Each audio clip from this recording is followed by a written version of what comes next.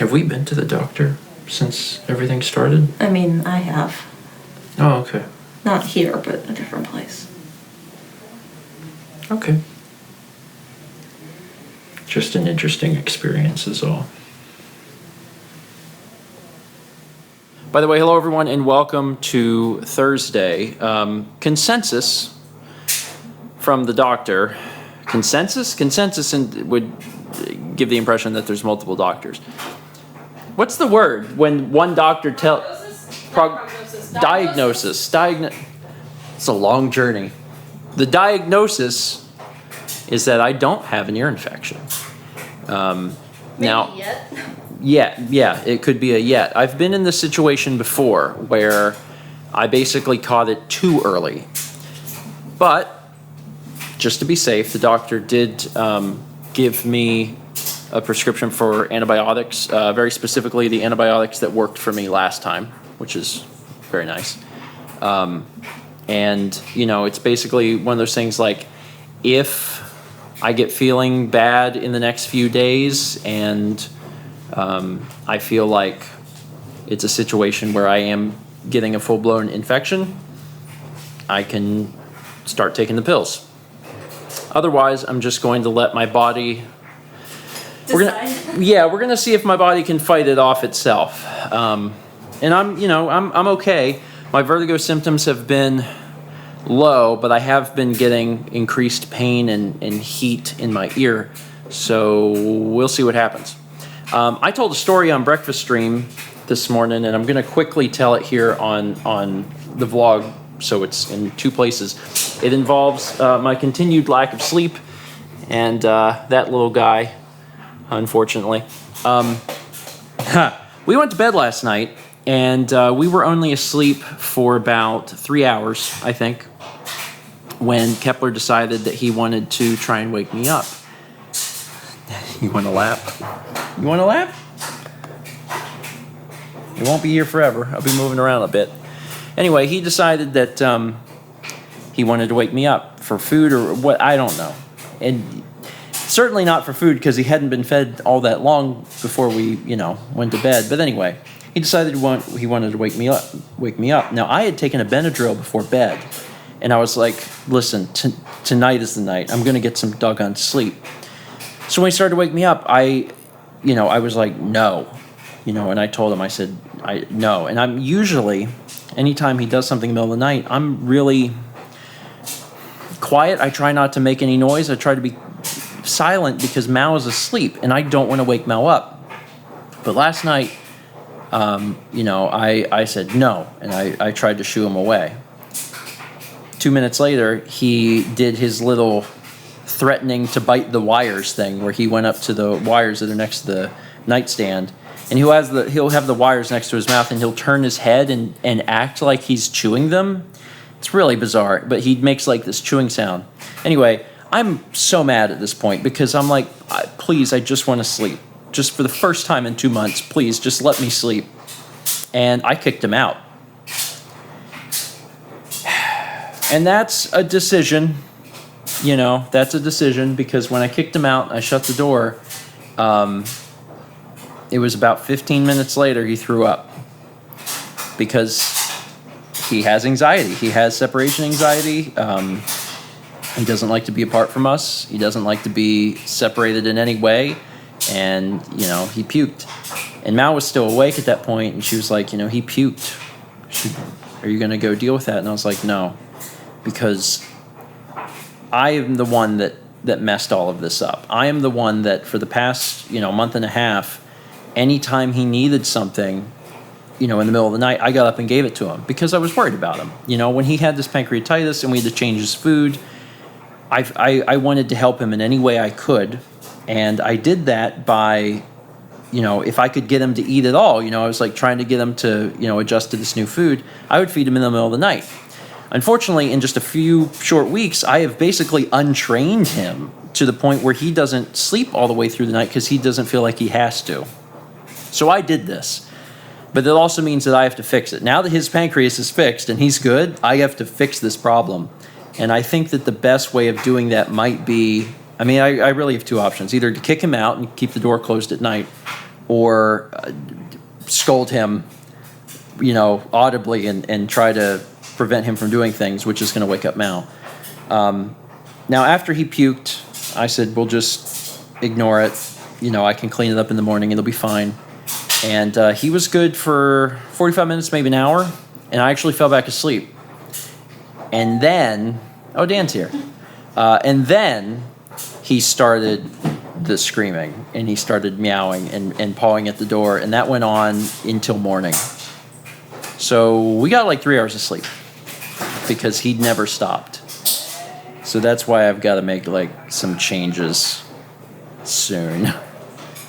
Anyway, hi Dan. Hi. How are you, buddy? You doing good? I'm walk right in front of the camera. That's fine. Dan is here because it is Thursday, and that's when I went to bed last night. I was like, certainly I'll be fully rested for the day tomorrow. But we are having folks inside the house, which is really exciting because we haven't done that. So we're going to get a chance to like play games and hang out and eat dinner, and I'm really looking forward to it. I'm tired, and because I cut out caffeine, I can't have a Coke or a coffee, but I'm dealing with it. It's fine. Dan, how are you, bud? I'm great. Are you doing good? I'm in your house. You are in our house. How's it feel? About like how I felt on Tuesday or whatever day it was. No, I'm just kidding. It's still a little weird, but it's nice. It's pretty great. Dan had messaged us and was like, hey, do you need help cleaning anything? He's like, do you want me to Swiffer the floors? And I was like, yes. Come over and Swiffer our floors. So Dan's actually here. What time is it? An hour? 5:15. Yeah, it's 40. like Okay. 45 minutes. Yeah, Dan's here 45 minutes early. Cool. We'll give you a mop Okay. once I stand up from this chair.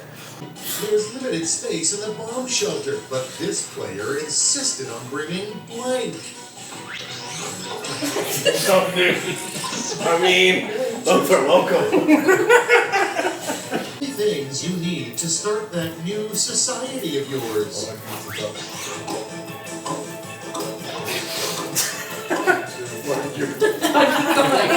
Here's the fun part. Pick your favorite clip. That's like the first letter now. Just listening and you sit in comfy chairs and just listen to Mark Cuban talk about the Dan actually did pretty good. But was really close actually. Wow. Yeah, Quiplash in round 2 and 3. Holy crap. Yeah, congrats on that. Jeez.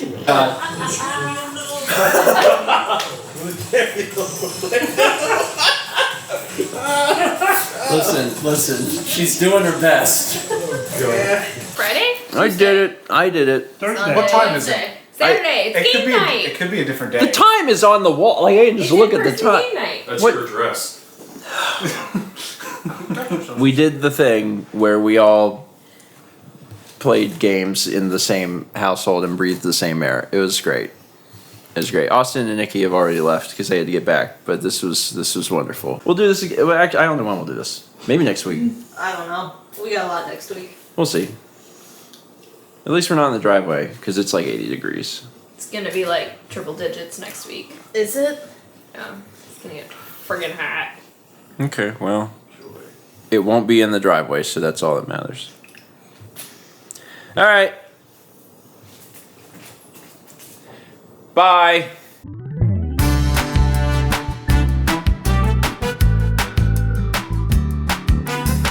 It was very fun to have people back in the house.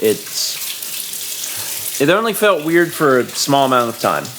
Like only like at the very, very beginning was it like, oh man, people are in the house. As soon as that slight weirdness passed, it was like just, oh thank God we have people in the house again. Had fun, but I gotta tell you, and you know, anyone watching probably knows this, because I didn't get like hardly any sleep last night. I've been exhausted. It's been really hard to try and stay awake today, but then especially tonight. And I've had fun, but now, you know, as we're at the end of the evening, I'm just like, oh, I am ready to collapse. I'm ready to collapse. But being tired is good, because being tired means that I have the potential to get some sleep. And I think what we're going to do is we're just going to start tonight with the door shut, which means Kepler won't be allowed in. And I hate to do it, because I actually really, I enjoy him in the bedroom when he is good and is letting us sleep. But, you know, with how things are going lately, I've got to try and get some rest. And it might be an adjustment period. He might cry a little bit tonight again, but I don't think he'll cry as much as yesterday. So gradually it'll get better. I think the interesting thing is that, like, I think earlier this week I talked about on one of the vlogs, I talked about how, you know, he's got separation anxiety and we can't close the door. And like from then to now, it's been just a few days and I've already changed my mind on it. I'm like, I have to sleep, and I do. I think that it'll be okay if, you know, we just keep pushing it, because I know you, buddy, and I love you very much, but I just, oh my goodness, I got to get some rest. When I was at the doctor today, and they were looking at my ear, the doctor said, "Are you getting enough sleep?" And I was like, "No. Nope, I'm not." And, you know, I don't know if she could tell, but I just, you know, I said I wasn't. And we talked a little bit about it.